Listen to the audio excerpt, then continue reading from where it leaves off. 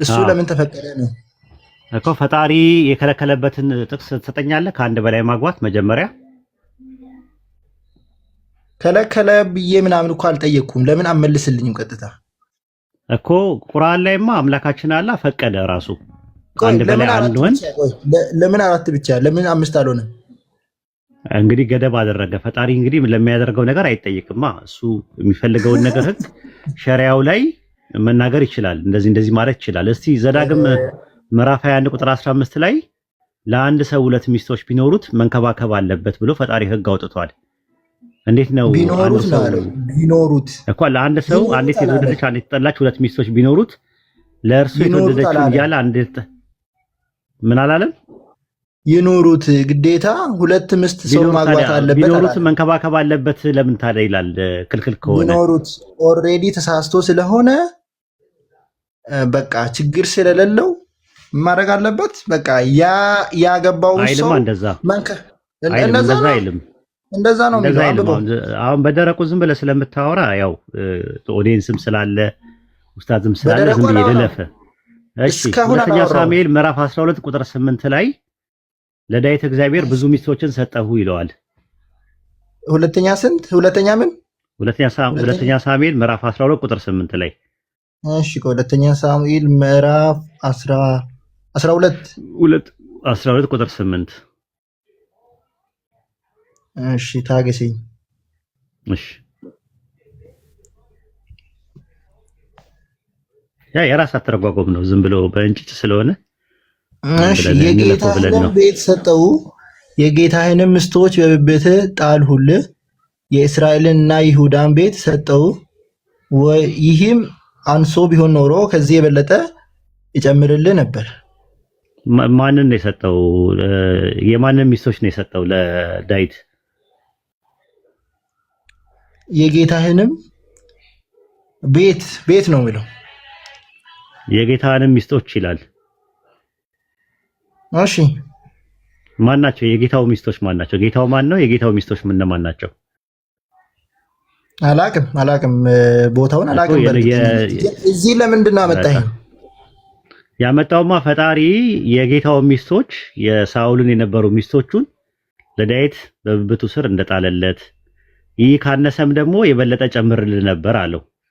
ስለዚህ ከአንድ በላይ የሆኑ ሚስቶችን እንዴት ይጨምራል ፈጣሪ ለአንድ ሰው? አንድ ብቻ ከሆነ ሐላል ከሆነ፣ ከአንድ በላይ ሐራም ከሆነ ለምንድን ነው የሚጨምረው ፈጣሪ?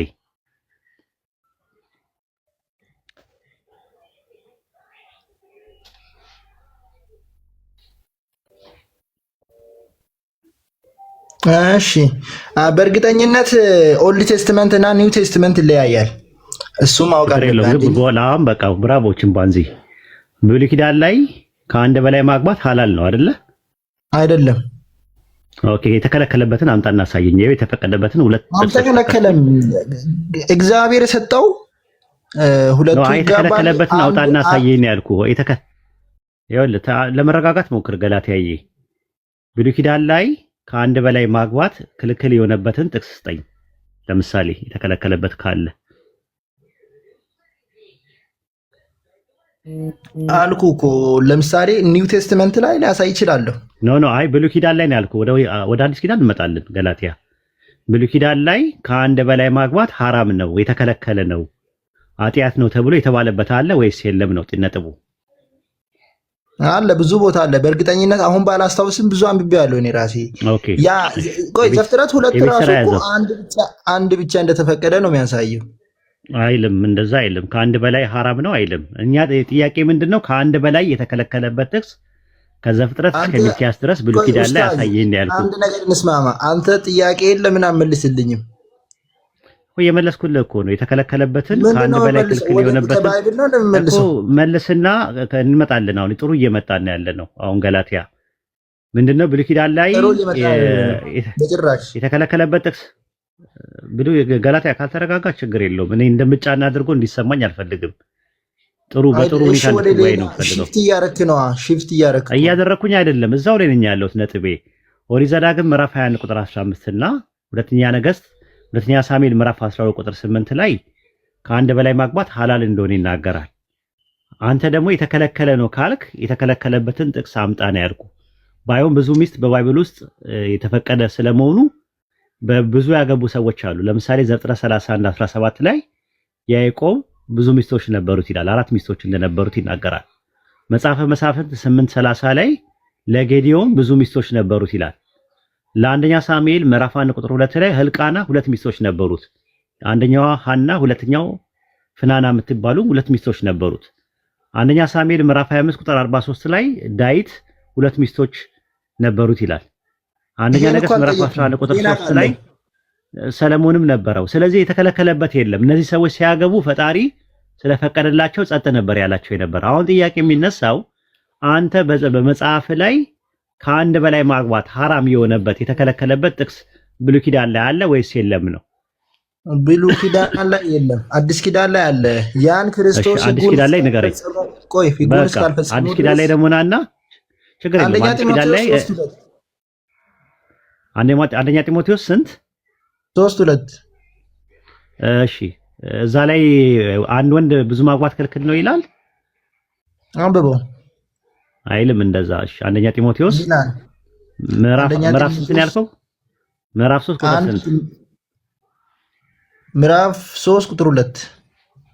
እሺ፣ እንግዲህ ኤጲስቆጶስ ይላል። ስለ ኤጲስቆጶስ ነው የሚያወራው። እንዲህ ሊሆን ይገባል፣ የማይነቅፍ የአንዲት ሚስት ባል፣ ልከኛ፣ ራሱን የሚገዛ የሚሰራ፣ እንግዳ ተቀባይነት ለማስተማር ስለ ኤጲስቆጶስ ነው የሚያወራው።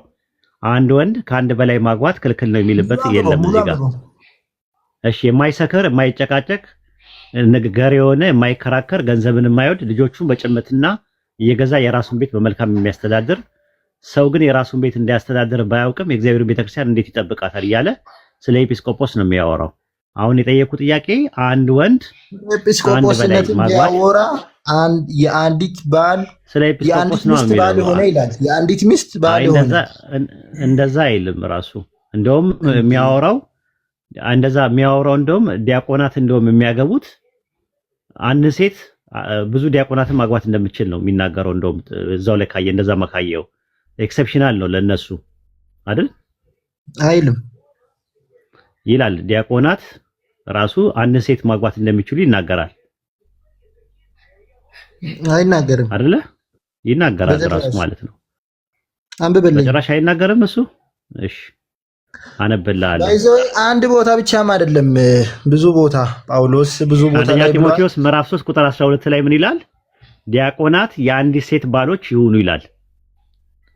ዲያቆናት የሚያገቡት አንዷን ሴት ነው ይላል። ይሄው አንደኛ ጢሞቴዎስ ምዕራፍ 3 ቁጥር 12 ላይ። አዎ ታዲያ ብዙ ምስት ፈቀደ እዚህ ጋር የአንዲቷን ሴት ባሎች ይሁኑ ነው የሚለው። ዲያቆናት የአንድ ሴት ባሎች ይሁኑ። ከቁጥር ስንት ላይ? ዘዳይኮስ አንደኛ ጢሞቴዎስ 3:12 ላይ እዛው ላይ። እሺ ዲያቆናት ስለዚህ ኤክሰፕሽናል ነው ማለት ነው። መልካም ያገዙ እያንዳንዳቸው አዲስ ሴት ባሎች ይሁኑ። እያንዳንዳቸው የአንዲት ሴት እያንዳንዳቸው የሚለው በነገራችን ላይ እያንዳንዳቸው የሚለው ግሪከኛው ላይ የለም፣ እንግሊዘኛው ላይ የለም፣ አማርኛው ላይ ሆን ብሎ የተጨመረ ነው። ግን እንደዛም ሆኖ ዲያቆናት የአንዲት ሴት ባል ይሁኑ። ለዲያቆን ላይ የተጨመረ ሳይሆን ቆይ አይደለም፣ ተረጋጋ አንዴ። ዲያቆናት የአንዲት ሴት ባሎች ይሁኑ ይላል። ስለዚህ ዲያቆናት አንድ ሴት ነው የሚያገቡት አይደለ? አዎ። ስለዚህ አንድሬስ የተባለችው በነጠላ ነው። ማን ነው? አኔር ሳይሆን በብዙ ቁጥር ነው አይደል? አንድሬስ ነው የሚለው። አንድ ሴት ብለው ደግሞ እንትን ያመጣል። ስለዚህ አንድሬስ ከተባለ አኔር የሚለው ቃል በግሪኩ በነጠላ አኔር አይሉ ሳይሆን አንድሬስ ነው የሚለው። አንድሬስ ማለት ባሎች ማለት ነው። ስለዚህ ባሎች ዲያቆናት የአንዲት ሴት ባሎች ይሁኑ ነው የሚለው እና የሚያገቡት አንዲት ሴት ነው ይላል። ዲያቆናት ለምንድን ነው ዲያቆናት አንዲት ሴት የሚያገቡት? ዲያቆን አንድ ይኸው ቀጥታ ተነግሯል። አንዲት ሴት ያግቡ እኮ ዲያቆናት ያግቡ ይላል። ስለዚህ ኤክሰፕሽናል ነው ልል ያልቻልኩት። አሁን የምታመጣው ምንድነው? አንድ ወንድ አንድ ሴት ብቻ ነው ማግባት ያለበት። አንድ ወንድ ከአንድ ሴት በላይ ማግባት ሐራም ነው የተባለበት ጥቅስ ስጠኝ ተብሏል ብዙ ቦታ። አንደኛ ቆሮንቶስ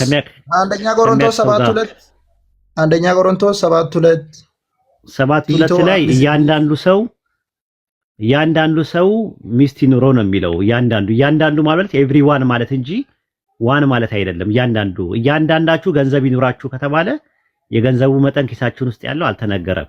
እያንዳንዱ ሰው 1 ብር ይኖረው አይደለም የሚለው። እንደዛ ቢል ኖሮ ሌላ ነገር ነው።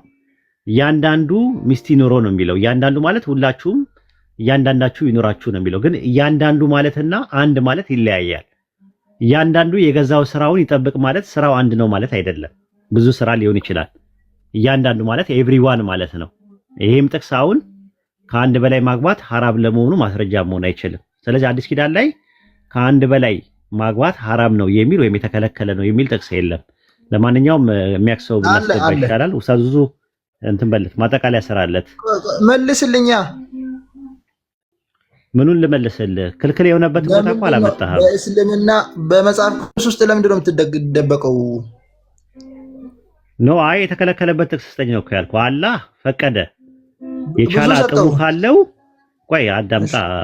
ገላትያዬ አቅሙ የቻለ ሰው ካለ 2 2 3 3 4 4 ማክስ ጥጉ ነገረ። አለማስተካከልን ብትፈሩ ግን አንድ ብቻ አግቡ አለ። ስለዚህ አንድ ሰው አቅሙ ካለው ኢኮኖሚካል፣ ስፒሪቹዋል፣ ሜንታል፣ ፊዚካል አቅሙ ካለው ከአንድ በላይ ማግባት ይችላል። 2 2ም 3 3ም 4 4ም ማግባት ይችላል። ያ ነገር ግን አለማስተካከልን ከፈራ ግን በሐቃቸው የማይወጣ ከሆነ ግን አንዲቷን ብቻ ማግባት ይችላል ተብሎ ነው የተፈቀደለት። ከዚህ አንፃር ነው የተፈቀደው በእኛ። አሁን በአንተ ግን የተከለከለበትንና የናንተ ኡስታዝ ግን እንደዛ ነው። ይሄ ሁሱም ከዚህ የተለየ ነገር የለውም። ራሱ ቁርአኑም እንደዛ ነው የሚለው። ኧረ እንደዛ አይልም ቁርአን። ሱራ 2 ኡስታዝ ያልከው ማንን ነው? ኡስታዝ ያልከው ማንን ነው? ኡስታዝ እሱን ነው አይደለም? ስሙን አላውቀውም፣ ግን ብዙ አውዲየንስ አለ። ኦኬ አይ እነዛ ከሆነ ቁርአን ነው አንተ ማለት አንድ ኡስታዝ ተናገረ ሳይሆን ቁርአን ላይ ያለው ኤቪደንስ ነው የሚያስፈልገው። ሙስታችሁን እንደፈለጋችሁ አርጉ ይላል፣ ምቷቸው ይላል። ሌላ አሁን ሌላ አረስት ነው። አሁን ይኸውልህ ሱረቱ ኒሳ ምዕራፍ 4 ቁጥር 2 እና 3 ላይ ያለውን ሳጨርስ ሱረቱ በቀራ ምዕራፍ 2 ላይ ሄድክ ማለት ነው። ስለዚህ አሁን ምንድነው የተለያየው? ስለምስት ያወራን ነው ስለምስት ከአንድ በላይ ኦኬ ኡስታዝ እንዴት ነው ሰውን ቀይር ወይስ ማጠቃለያ ተሰራበታል? ማጠቃለያ ተሰራበታል። ምን አረኩ? ቆይ ኡስታዝ መልስልኝ እንጂ ኖ አይ አወራር ከራሱ እኮ ዝም ብሎ ነው እኮ ገላትያዬ። አንደኛ የተረጋጋህ አይደለም፣ ሁለተኛ በእውቀት አይደለም የምታወራው። ዝም ብሎ በቃ ጥራዝ ነጠቅ ነገር ስለሆነ ይከብዳል። እንዳናስቀየም ስለፈራ ነው። ዝም ብዬ ልለፍልፍ እንደ ያለ ማስረጃ። እሺ ገላትያ አዳምጥሽ አንዴ። እሺ ቆይ አንዴ ኡስታዝ በደንብ አድርጎ አስረድተዋል። እኔ ልጨምርልህ። አንተ የሆነ ነገር ስትቃወም ጊዜ የሆነ መሰረት ይዘህ መሆን አለበት ነው የኡስታዝ መልእክት። ገብቶሃል አይደል? እንጂ መጽሐፍ ቅዱስ ላይ ሄዶ መደበቅ ምናምን የሚለውን ቃል ተው። ገብቶሃል? የሆነ ነገር አንተ ይሄ ነገር እንዴት ሊሆን ይችላል ብለህ ስትቃወም ጊዜ የምትቃወምበት የሆነ መሰረት ላይ ቆመህ መሆን አለበት ነው። ገብቶሃል? በመጽሐፍ ላይ ስትሄድ ጊዜ አንዲትም ቦታ ላይ እግዚአብሔር ከአንድ በላይ እንዳታገቡ ከአንድ በላይ ማግባት ክልክል ነው ብሎ የተናገረበት ቦታ የለም። እሱንም ልታመጣት አልቻልክም። እንዳውም ይልቁንስ እግዚአብሔር ለነቢያቶቹ ሚስቶችን ሲሰጣቸው እንደነበረ ለምሳሌ የዳዊትን እንደጠቀሰልህ አይተሃል። ኃጢአት ቢሆን ኖሮ ይሄ ነገር እግዚአብሔር ከአንድ በላይ ሚስቶችን ለዚህ የሰለሰው አይጨምርለትም ነበር። ለዳዊትን ስፈልግ ከፈለግኩም እጨምርልሃለሁ፣ ሰጠሁ፣ በብብትህ ጣልኩልህ እነዚህን ሚስቶች እያለ ይናገራል። ያ ነው። ስለዚህ እርም ቢሆን ኖሮ እግዚአብሔር አያደርገውም ነበር። ሲቀጥል አንድ ሰው 2 ሚስት ቢኖሩት እንዴት ማስተዳደር እንዳለበትም ሲያቀርብልህ ነበር። ገብቶሃል? ያ ነገር ኃጢአት ቢሆን ኖሮ እንዴት አድርጎ ማስተዳደር እንዳለበት ሕግና ስርዓቱን አያወጣለትም ነበር። ከመሰረቱ አንድ ሰው 2 ሚስት ቢኖሩት ይሄ ኃጢአት ነው፣ ክልክል ነው እና አንዷን ይለይ አንዷን ብቻ የያዝ ብሎ ነበር እግዚአብሔር ሊናገር የሚገባው። ነገር ግን ሕግና ስርዓትን አወጣ። 2 ሚስት ካሉት እንዴት አድርጎ 2 ሚስቶችን መንከባከብና ማስተዳደር እንዳለበት፣ ውርስ የሚወረስ ነገር ቢኖረው ለልጆቹ እንዴት ማውረስ እንዳለበት ሁሉ እዚያው ላይ ሕግና ስርዓት አስቀምጧል። ወረደ ብለህ ታነበው ማለት ነው። ያ ነው። ወደ እስልምና ስንመጣ ጊዜ የማግባትን እንትን የገደበው ኢስላም ነው። ኢስላም የጋብቻን መጠን ገድቦታል። መጽሐፍ ቅዱስ ላይ ግን ገደብ የለም። አንድ ሰው እስከ 700 ሚስቶች ቢያገባ አንድ የሚቃወመው ጥቅስ የለም። እንዳውም መጽሐፍ ቅዱስ ላይ እስከ 700 ያገባን ሰው እግዚአብሔር ለምን 700 ሚስቶች አገባህ ብሎ አንዲትም ተቃውሞ አልነገረውም። ስንት ቃል እየነገረው የጻፈ የሆነን ነቢይ ማለት ነው፣ ወይንም የአምላክ ሰው ማለት ነው። ሰለሞንን ብንወስድ ለምሳሌ 700 ሚስቶች እና 300 ቁባቶች ነበሩት። አንዲትም ቦታ ላይ እግዚአብሔር ለምን እነዚህን አገባህ አላለውም። ሁሉም ነቢያቶች ከአንድ በላይ ሚስቶች ነበሯቸው። አብርሃም ከአንድ በላይ ነበረው፣ ሙሴ ከአንድ በላይ ነበረው። አሃሮን ማነው ዳዊት ከአንድ በላይ ነበረው። ያዕቆብ ከአንድ በላይ ነበረው። አንዲትም ቦታ ላይ ግን እነዚህን የተቃወመባቸው ቦታ የለም። ገብቶሃል አይደል? እንዳውም ብትፈልግ እጨምርላቸዋለሁ ነው ያላቸው። ወደ ቁርአን ስትመጣ ግን ተገድቧል። አላህ ሱብሓነሁ ወተዓላ ገድቦታል። ፈንኪሑ ማ ጣበ ለኩም ሚነ ኒሳኢ መስና ወሱላሰ ወሩባዕ እያለ ይናገራል። ከአንድ ጀምሮ የተገደበ ነው እንዳለ ህግና ስርዓቱ። የሚገርማቸው አንድ ሰው የማግባት አቅሙና ችሎታ ካለው እንዲሁም ለማግባት አቅሙና ችሎታው ከደረሰ ያግባ ነው የተባለው። አላህ በቁርአን ላይ ሲናማን ነው ነቢያችን ሰለላሁ ዐለይሂ ወሰለም ሲናገሩ ምን አሉ መሰለ? ያ መዕሸረ ሸባብ መን ስተጣዐ ሚንኩም ልባአተ ፈልየተዘወጅ ወመን ለም የስተጣዕ ፈዐለይሂ ቢሶም ፈኢነሁ ለሁ ዊጃእ አሉ። እናንተ የወጣት ስብስቦች ሆይ ከእናንተ የጋብቻን ጣጣ መቋቋም የሚችል ካለ ያግባ ነው፣ ካልቻለስ እንዳያገባ ነው፣ ጾምን ይጹም አሉ። ከአንድ ጀምሮ ገደብ አለው። ስለዚህ ከአንድ ጀምሮ የማያገባበት ጊዜ ይኖራል ሰው ማለት ነው። የማስተዳደር አቅሙና ችሎታ ከሌለው ማግባት አይችልም በእስልምና አንድ ሰው። አላህ ይህም በቁርአን ላይ ተናግሯል ወይ? አዎ ተናግሯል። በሱረት ኑር ላይ አላህ ሱብሓነሁ ወተዓላ ወልየስተዕፊፍ ለዚነ ላ የጅዱነ ኒካሐን፣ እነዚያ ለማግባት አቅም የማይችሉ ሰዎች የማያገኙ ሰዎች ይቆጠቡ እያለ ይናገራል። ወልየስተዕፊፍ ለዚነ ላ የጅዱነ ኒካሐን ሐታ ዩግኒየሁም ላሁ ሚን ፈድሊህ፣ አላህ ከትሩፋቱ እስኪያብቃቃቸው ድረስ ይቆጠቡ ከማግባት እያለ ይናገራል። ያ ነው። እሺ ያ ሰው የማስተዳደር አቅሙና ችሎታ ካለው እስከ 4 ድረስ ብቻ ተፈቅዶለታል። አላህ ሱብሓነሁ ወተዓላ ይህንንም ገድቦታል። ከ4 መግባት በላይ እርም አድርጓል በነብዩ ሰለላሁ ዐለይሂ ወሰለም ትውልዶች ላይ ማለት ነው። የቱ ጋር ከተባለ በሱረቱ ኒሳ ቁጥር 4 ላይ ምዕራፍ 4 ቁጥር 4 ላይ ምን ይላል? ፈንኪሑ ማ ጣበ ለኩም ሚነ ኒሳኢ መስና ወሱላሰ ወሩባዕ ፈኢን ኺፍቱም አላ ተዕዲሉ ፈዋሒደተን አው ማ መለከት አይማኑኩም ዛሊከ አድና አላ ተዑሉ ይላል። ከእናንተ ከሴቶች የተዋቡላችሁን 2፣ 3፣ 4 ማግቡ ካለ በኋላ ነገር ግን በመካከላቸው ፍትህን አላደርግም ብሎ የፈራ ሰው አንድ ብቻ ያግባል። አንድ ብቻ ይላል ቃል በቃል አንድ ብቻ ያግባ የሚል ቃል የምታገኘው የትኛው መለኮታዊ መጽሐፍት ላይ ሳይሆን ቁርአን ላይ ብቻ ነው። አንድ ብቻ ይላል አላህ ቃል በቃል ፈዋሒደተን ይላል። የማለት ሰውየው እኔ የማግባቱ አቅሙ አለኝ፣ ችሎታው አለኝ፣ ገንዘቡ አለኝ፣ ሀብቱ አለኝ ስላለ ብቻ እንደፈለገ እስከ 4 ማግባት አይፈቀድለትም። ሰዎች ሌላ መስፈርት አለ። እርሱ ምንድነው? በመካከላቸው በፍትህ የሁላቸውንም ሐቅ እያሟላ ሁላቸውንም በፍትህ የሚያይ መሆን አለበት። ካልሆነ ከአንድ በላይ ማግባት አይፈቀድለትም። ከአንድ በላይ ካገባስ ይሄ ሰውዬ ወንጀል ነው በሱ ላይ ነገ የውመል ቂያማ የትንሣኤ ቀን ቅጣት አለበት። ማስረጃ ቃለ ነቢዩ ሰለላሁ ዐለይሂ ወሰለም ነቢ ሰለላሁ ዐለይሂ ወሰለም ሲናገሩ ምን አሉ? መን ካነት ዒንደሁ እምረአታኒ ፊ ዱንያ ፈለም ያዕድል በይነሁማ ጃአ የውመል ቂያመቲ ወሽቁሁ ሳቅጥ። ወፊ ሪዋየትን ኡኽራ ቃለ ነቢ ሰለላሁ ዐለይሂ ወሰለም መን ካነት ዒንደሁ እምረአታኒ ፊ ዱንያ ፈማለ ኢላ ኢሕዳሁማ ጃአ የውመል ቂያመቲ ወሽቁሁ ማዕን። በምድራዊ ህይወቱ ሲኖር 2 ሚስት ኑሮት በመካከላቸው ፍትህን ያላደረገ ሰው አንድ ጎኑ ተቆርጦ በአንድ ጎኑ ተነስቶ ይመጣል አሉ ነቢ ሰለላሁ ዐለይሂ ወሰለም። ስለዚህ ከአንድ በላይ ማግባት ይሄ ሁሉ መስፈርት አለው። ያን ካላሟላ አይፈቀድለትም። ያ ነው። እሺ ሰው ከአንድ በላይ ሲያገባ ዓላማው ምንድን ነው ተባለ? መልካም ዘርን አፍርቶ ምን አልከኝ? ለምንድን ነው ምስታችሁን እረሱ የሚለው? እንደ እርሻ እንደፈለጋችሁ አርጉ ይላል ቁርአን ላይ። ልመልስልህ። አላህ ስብሐነሁ ወተዓላ ይላል በሱረቱል በቀራ ላይ ኒሳኡኩም ሐርሱን ለኩም ፈእቱ ሐርሰኩም ይላል። ሚስቶቻችሁ ልክ ለእናንተ ልክ እንደ እርሻዎቻችሁ ናቸው እያለ ይናገራል። እርሻቸው እንደፈለጋችሁ ኑ እያለ ይናገራል አላህ ስብሐነሁ ወተዓላ። ታዲያ እዚህ ቦታ ላይ እርሻ ሲባል ጊዜ ምሳሌያዊ ንግግር ነው። እርሻ ሲባል አንድ ገበሬ እርሻው ዳርሶ ምርትን እንደሚያገኝ ሁሉ ባል ከሚስቱ ጋር ተገናኝቶ ምርትን ልጆችን የሚያመርትና የሚያገኝባት በመሆኑ የተገለጸችበት የሚገርም መገለጫ ነው። ገብቶሃል አይደለ? የሰው ልጅ ምንጭና መሰረት ነች እያለ እንዳውም እያወደሳት እንጂ እርሷን እየወቀሳት አይደለም፣ እርሷንም ዝቅ እያደረጋት አይደለም።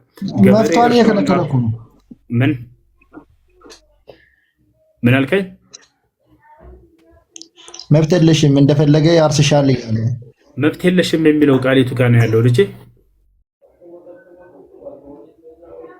ማለት ነው። እንደ እርሻ ታገለግላለች ማለት ምን ማለት እንደሆነ ነገርኩህ እኮ። ገበሬ እርሻ በሚያርስ ጊዜ ምርትን እንደሚያገኝ ሁሉ ባል ከሚስቱ ጋር ተገናኝቶ ልጆችን የሚያገኝባት ነች ለማለት ነው። መብት የለሽም ማለት እኮ ነው። ለምሳሌ ከሱ ጋር አለመተኛት አችልም። በቃ በፈለገው ሰዓት መጥቶ ነይ ወደዚህ ብሎ ጠርቶ ማነው እንደሱ ብሎ የተረጎመልህ? እርሻ ማለት ማለት ነው የራሱ ፍሪ ዊል ያለለው ነገር እያለ እኮ ነው። እዚህ እርሻ ማለት ምን ማለት እንደሆነ ይኸው ለአምስተኛ ጊዜ ልንገርህ። ገበሬ እርሻን በሚያርስ ጊዜ ምን ያገኛል? ምርትን ያገኛል። ባል ሚስቱን በሚገናኝ ጊዜ ምን ያገኛል? ልጆችን ያገኛል። ከዚህ አንጻር ነው አይ መብት የለሽም እንደፈለገ ነው ምናምን ለማለት ነው ወይ ብለህ ጠይቅና ላስረዳህ። እሱን ደግሞ እሺ፣ ዘለቀ ይሰማሃል? አንተ ያለውን እውነት እኮ መቀየር አትችልም። የትኛው ነው አንተ የተናገርከው? ማስረጃ አምጣ። ማነው እንደሱ ብሎ የተረጎመልህ? እንደሱ ብሎ የተረጎመልህ ሱራ 2:223 መብት የለሽም ይላል እዛ ላይ ቃሉ። ከበግ ፍየል ነው የሚሻለው። ምንም መብት የላትም ማለት እኮ ነው። ኢርሻና ማለት እኮ ነው ሳይሆን እንደሱ ብሎ መብት የለሽም ማለት ነው ብሎ የተረጎመልህ ማነው?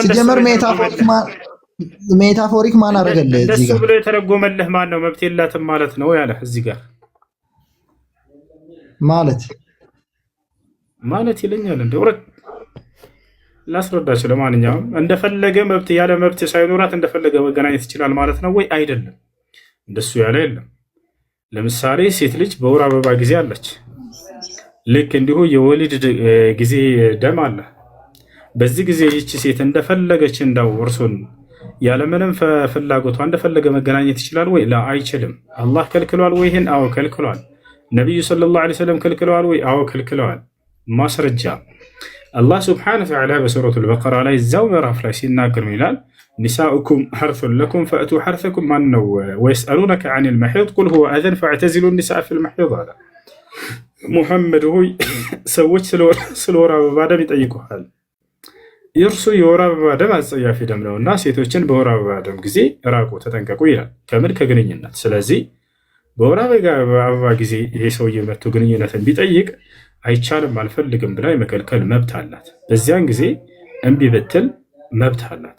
አንደኛ እሱ። ሁለተኛ በወሊድ ደም ጊዜ፣ በዚያም ጊዜ ግንኙነት አይቻልም። ሶስተኛ ልክ እንዲሁ እርሷ ሙዷ ላይ ሆን ይችላል በዛ ሰዓት መገናኘት አስገድዶ ያለ ፍላጎቷ እንትን ማለት ይችላል ወይ? ላ አይችልም። የእርሷን ስሜት መጠበቅ አለበት። እርሷ በእርሱ ላይ መብት እንዳላት ሁሉ በዚህ ነገር እርሱም በእርሷ ላይ መብት አላት። እኩል የሆነ መብት እንዳላት ማስረጃ አለ ወይ? በዚህ ላይ አዎ አላት። ባልና ሚስት በሚያደርጉት የህይወታቸው ስርዓት ላይ እርሱም እርሷም አንዱ በእርሱ ላይ አንዷ በእርሷ ላይ ያለው መብት እኩል አላቸው።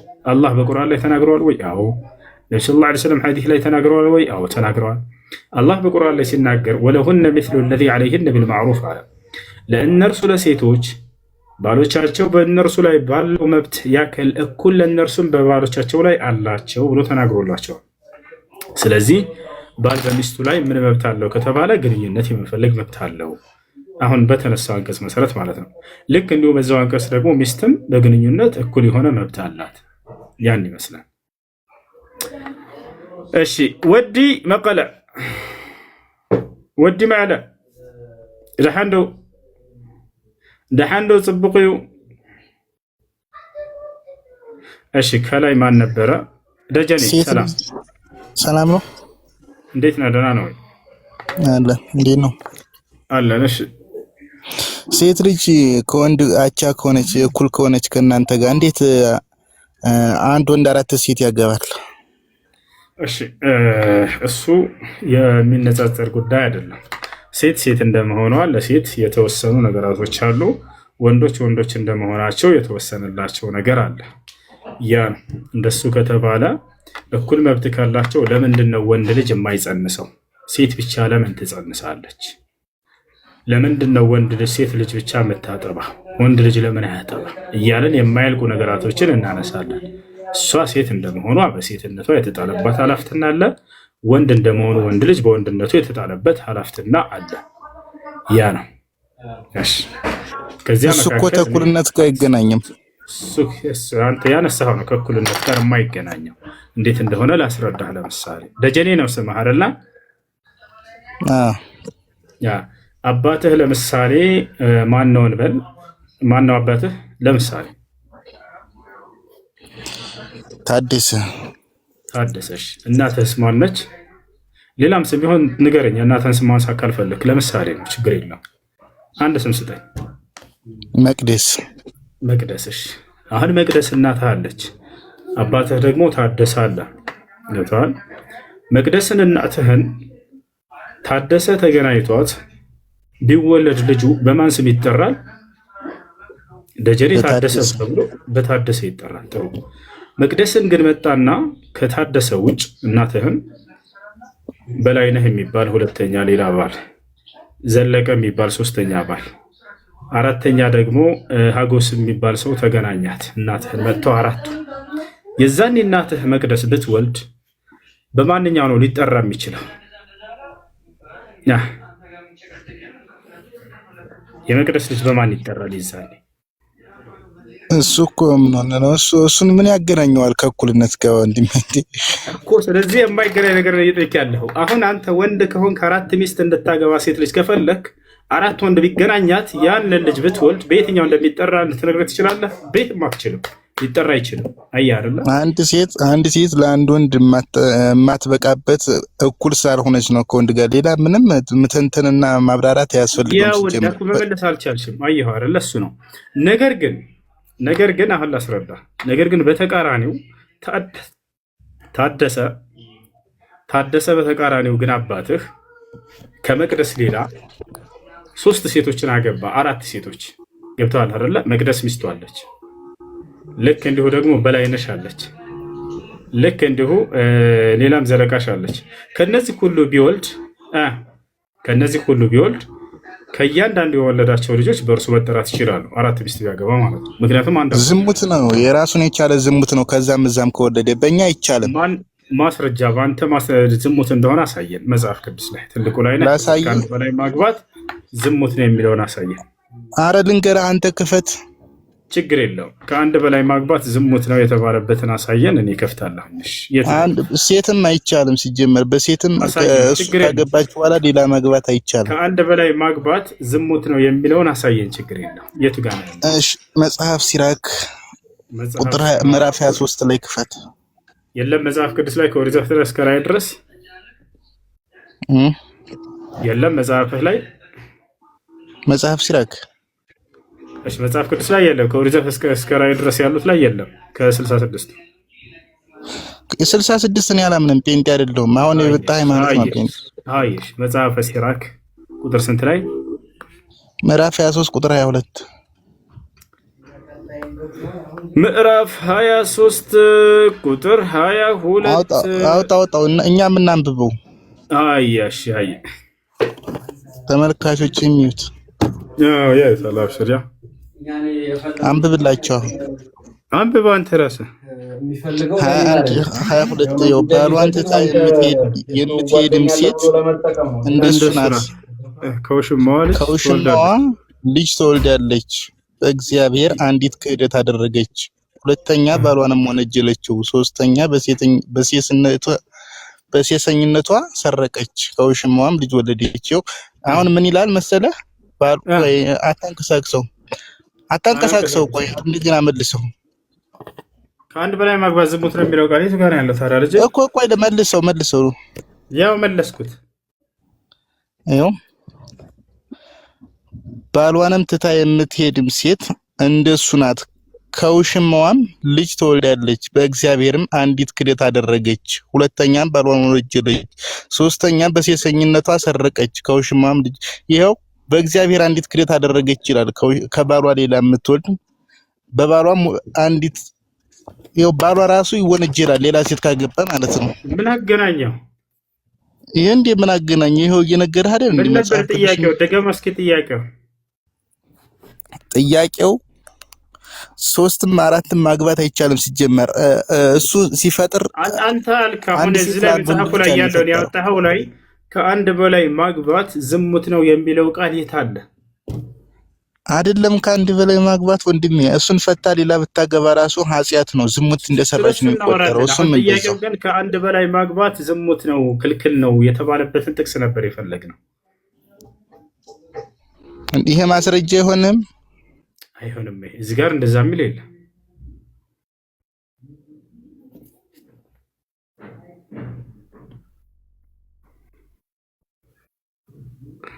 እሺ 3 አማልክቶችን ለምን ታመልካለህ? ደጀኔ ስለ አምላክ ነው 3 አምላክ ለምን ታመልካለህ? ምን 3 አምላክ ለምን ታመልካለህ?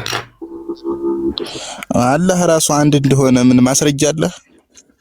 አላህ ቃል በቃል እኔ አንድ ነኝ ብሎ ተናግሯል። እኔ ላሳየህ አንድ እንዳልሆነ። እሺ 2 ነው የሚል ታሳየኛለህ? ሁለት ነው የሚል አላህ ራሱ በአላህ ይለምናል፣ እየለመነ ይራገማል። ጥያቄው አሁን ቆይ ጥያቄው አንድ ነው የሚል እኔ ላሳየህ ነው። አንተ ግን አይደለም ብያልከኝ ነው። ሁለት ነው ወይ ሶስት ነው የሚል ታሳየኛለህ ወይ? እስኪ አንተ አሳየኝ። አንድ ነው የሚልማ ራሱ አለ፣ ግን ይጋጫል። በቃ እንደሱ ካመንክ አሁን ስለዚህ የሚጋጨው ሁለት ነው ወይ ሶስት ነው የሚል ካሳየኝ ትክክል ነው፣ ይጋጫል፣ እደግፋለሁ። አላህ ስብሐነሁ ወተዓላ ሁለት ነው ወይ ሶስት ነው የሚል ቃል አለ ቁርአን ላይ። እኔ ግን ሶስት ጌቶች የሚል ስለአንተ ስለማሳይ ነው ማስረጃ። ቆይ ጥያቄ አለኝ። መጀመሪያ እናንተ መጽሐፍ ወደ ጥያቄው ትሄዳለህ። ስለዚህ አላህ ሁለት ነው ወይ ሶስት ነው ታሳየኛለህ? ተረጋጋ እንጂ ልነግርህ እኮ ነው። ለምን ተረጋጋ የሚለውን ቃል ተወውና አላህ ሁለት ነው ወይ ሶስት ነው የሚል ታሳየኛለህ ወይ? ቆይ ወንድሜ ተረጋጋ፣ ልነግርህ እኮ ነው፣ ላሳይህ ነው እኮ። እሺ አሳየኝ። የትኛው ምዕራፍ ነው? ሙሉ የእናንተ እንትን የፈጣሪ ቃል ነው ብለህ ነው የምታምነው? ወደ እሱ እንመጣለን። ስለዚህ አሁን ሶስት ጌቶች እንደሆነ የምታመልከው እኔ ከመጽሐፍህ ላሳየህ። እሺ ላሳየህ። ቆይ እኔ ወይ ካድኩ እሱን። ሶስት ጌቶች ታመልካለህ? አላሁ አክበር። በአካል ሶስት በባህሪ አንድ ናቸው። ስንት ጌቶች ናቸው የምታመልካቸው? በአብ በወልድ በመንፈስ ቅዱስ በአካል ሶስት በባህሪ አንድ ናቸው። ነገርኩ እኮ። ኦኬ ሶስቱም ጌቶች ሶስቱም አምላክ ናቸው? ኧረ በፈጣሪ አብም አምላክ ነው፣ ወልድም አምላክ ነው፣ መንፈስ ቅዱስም አምላክ ነው። ሶስቱም አምላክ ናቸው። ምን ነው አንተ በጣም እንትን አስደነገጠ። ይሄ እንትን ይሄ ጥቅስ በጣም ያስደነግጣል እንጂ ኢየሱስ ያስተማረው አንድ አምላክ ብሎ አንተ ደግሞ ሶስቱም አምላክ ናቸው። አንድ ነን ሲል ነው እሱ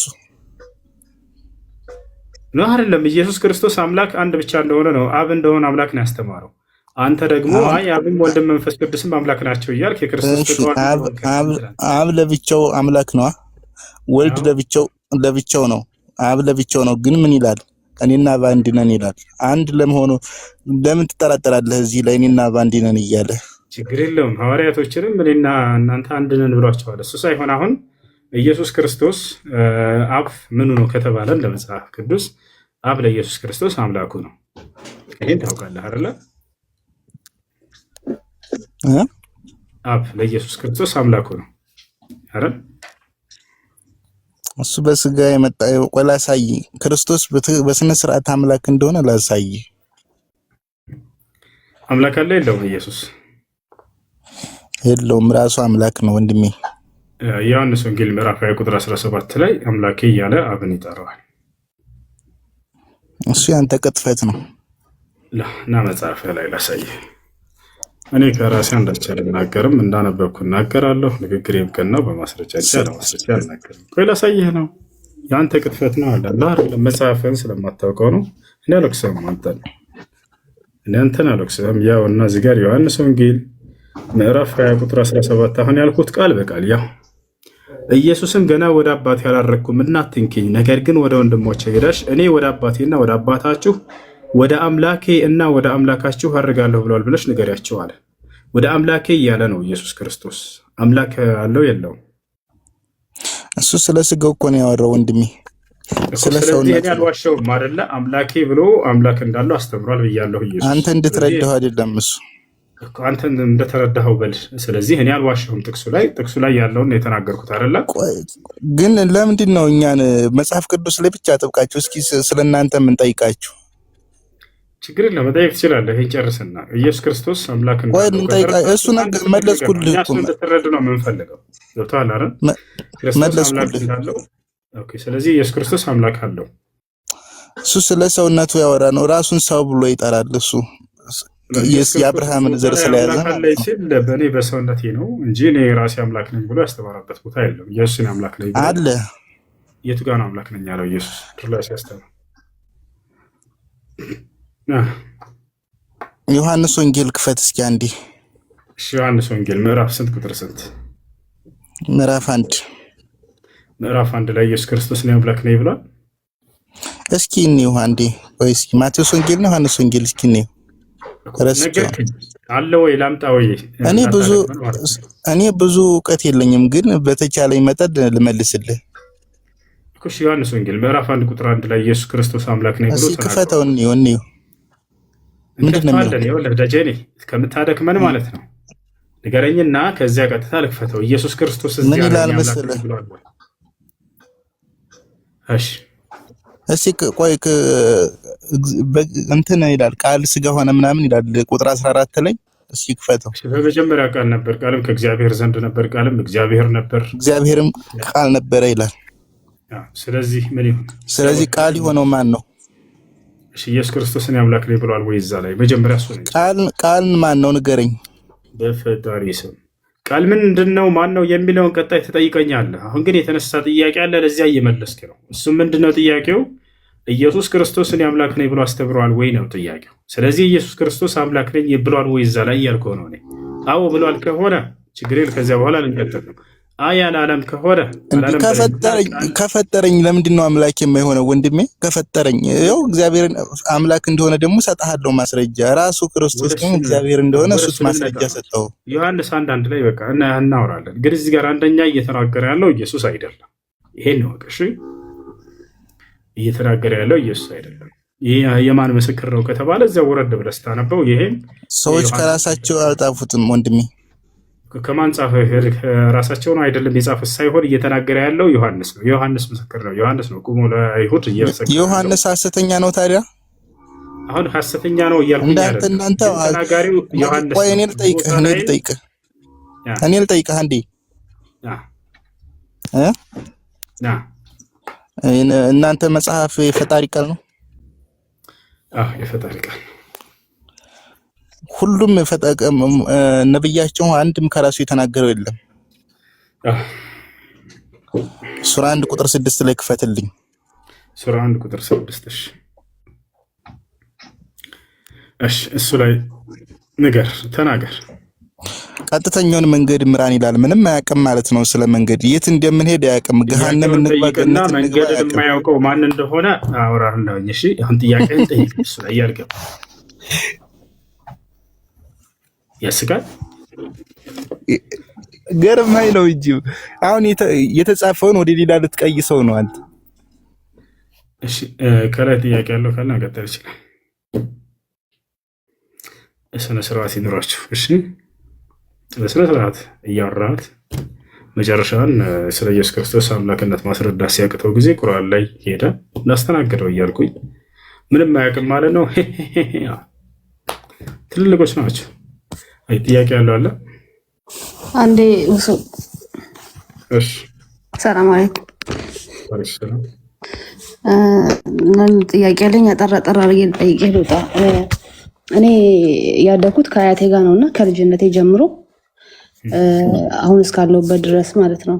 ማለት ሀቋን የተወጣችልኝ አያቴ ናት። እናቴ በህይወት አለች፣ ሌላ ባላገታ ምናምን ነው የምትኖረው።